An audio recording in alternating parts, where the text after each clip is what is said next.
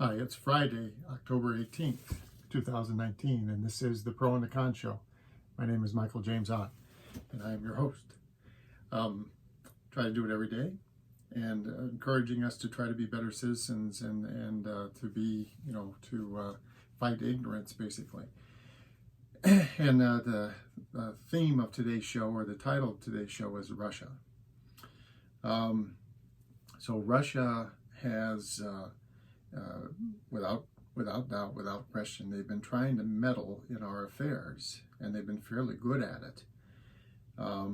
What's happened to us is these social media capabilities, Twitter and Facebook and so on, kind of exploded on the scene, and I don't think any of us fully realize just how dramatic people can have influence on or on our general population using these kinds of information sources, because the original plan, the original thought was, well, we'll just it's somebody's having a birthday or somebody's having a graduation party or whatever, and so it was very light, and there wasn't any real concern at the beginning. But what's happened is the things have morphed, and now they're while their influence is limited, it's far from insignificant. In fact, there's a lot of people that are very much influenced by say Twitter or Facebook or whatever. And see, the Russians know this.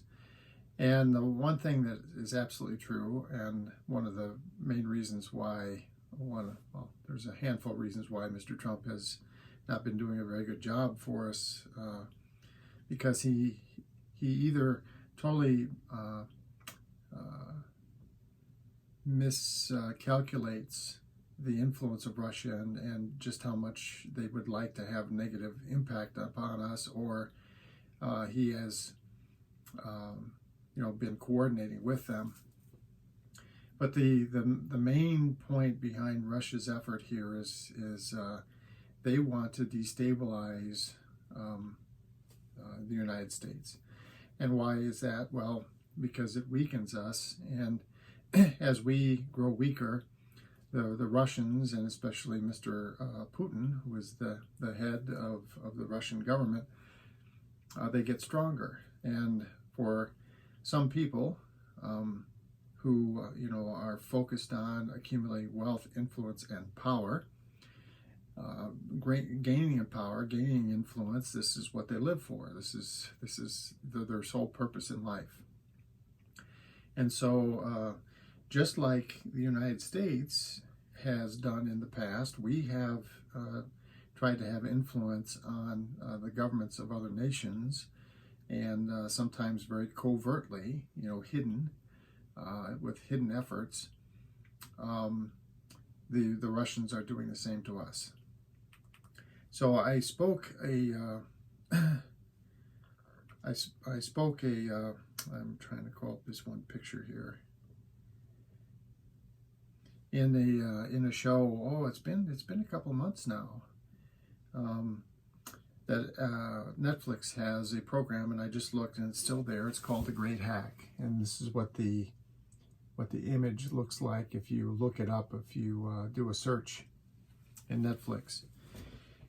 And I strongly recommend that you watch this documentary. It's called The Great Hack. And it goes into significant detail, and it really exposes a handful of these players,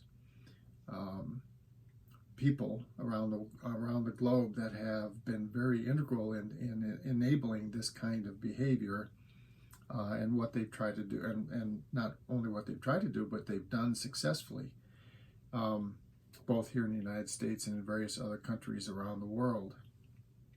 And the reason why all this came rushing back to me is because I was looking, and as I've I encourage you, and I continue to encourage you. I've looked at different information streams, right? And there's a couple of news articles, not information articles, news, in that they happened, where Hillary Rodham Clinton is starting to talk about how Tulsi Gabbard might be being influenced by the Russians into trying to run as a third-party candidate. Ms. Clinton also, feels like there was a Jill Steele, I guess it was, who ran as a third-party candidate and supposedly took away some of the votes that Ms. Clinton would have gotten otherwise, or so the theory goes. Now, and this is all very plausible, by the way. The Russians are really good at this kind of statecraft, spy kind of stuff. And in fact, Mr. Putin used to head their KGB, which was their spy network, and so he has a definite propensity for this kind of activity and a general like and ability, and so it did not surprise me at all. So on Breitbart here, there's this headline that Tulsi Gabbard is firing back at Hillary Rodham Clinton. Why? I'm having trouble saying that tonight.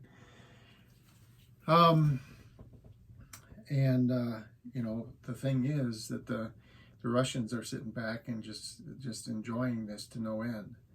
The other part of it is it is absolutely perfectly plausible that the Russians would try to get a third-party candidate that they thought might take votes away from the opposition to Mr. Trump, and help finance,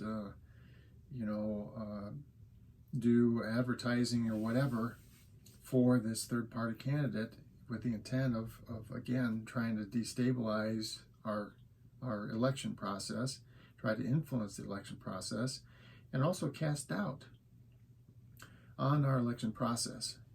And this is, in the end, why you're going to keep hearing me talk about election reform, and the fact that our current methods are antiquated and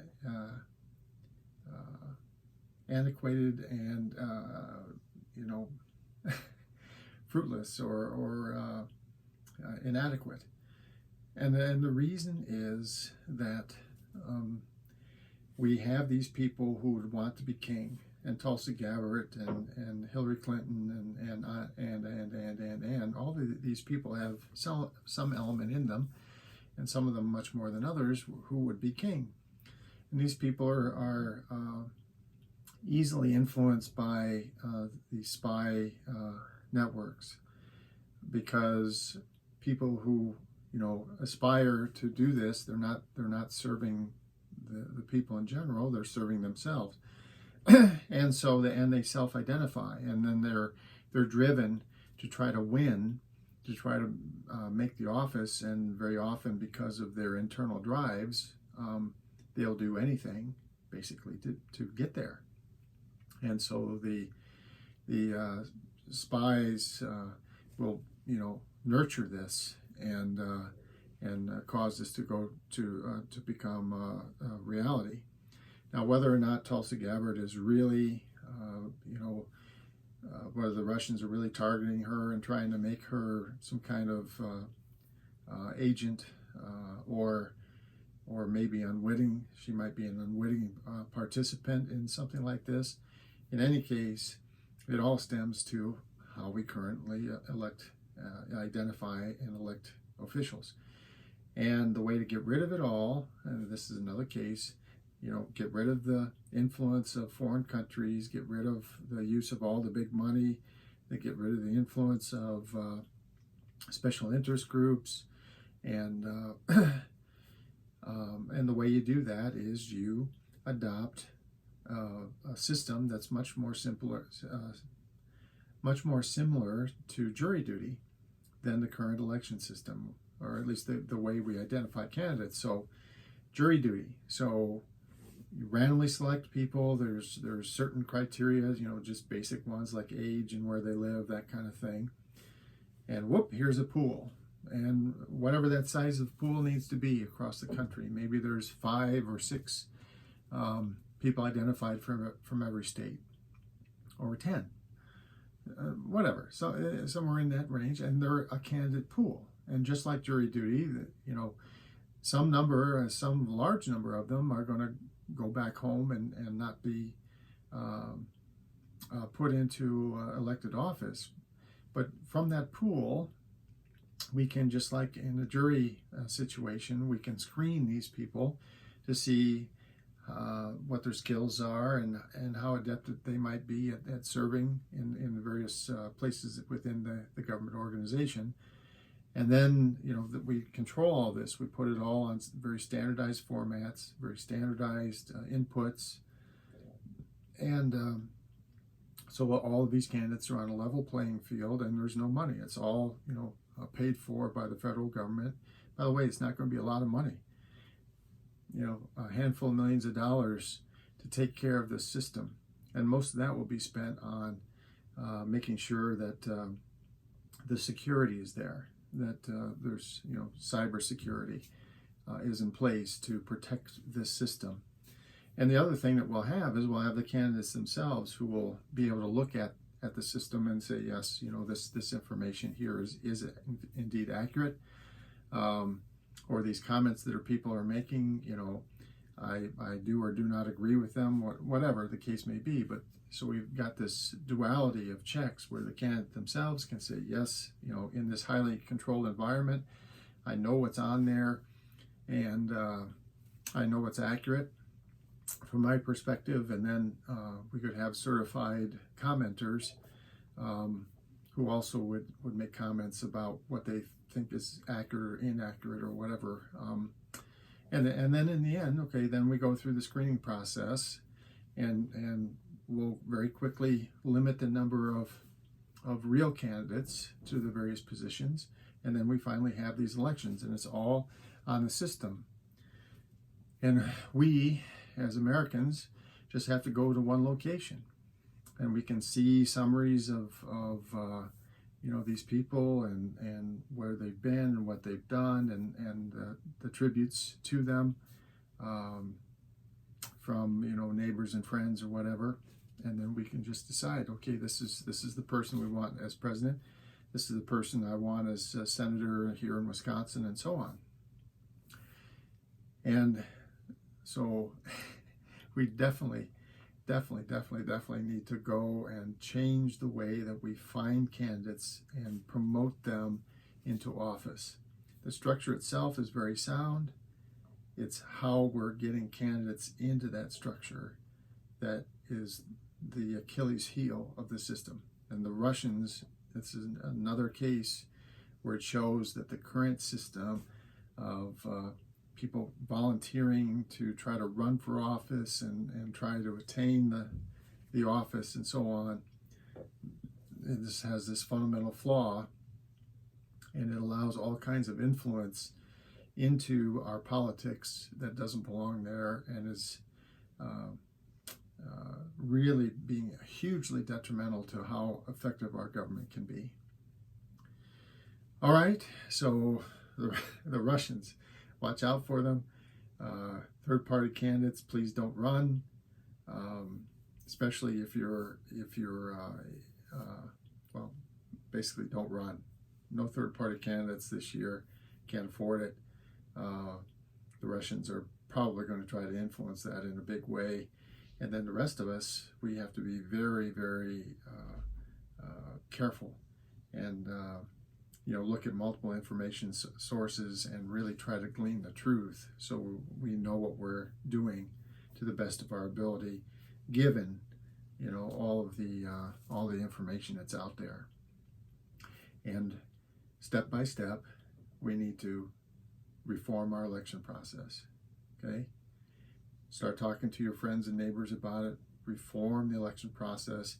Make it much more similar to jury duty than it is now.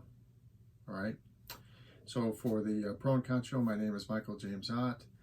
See you again tomorrow. And until then, bye for now.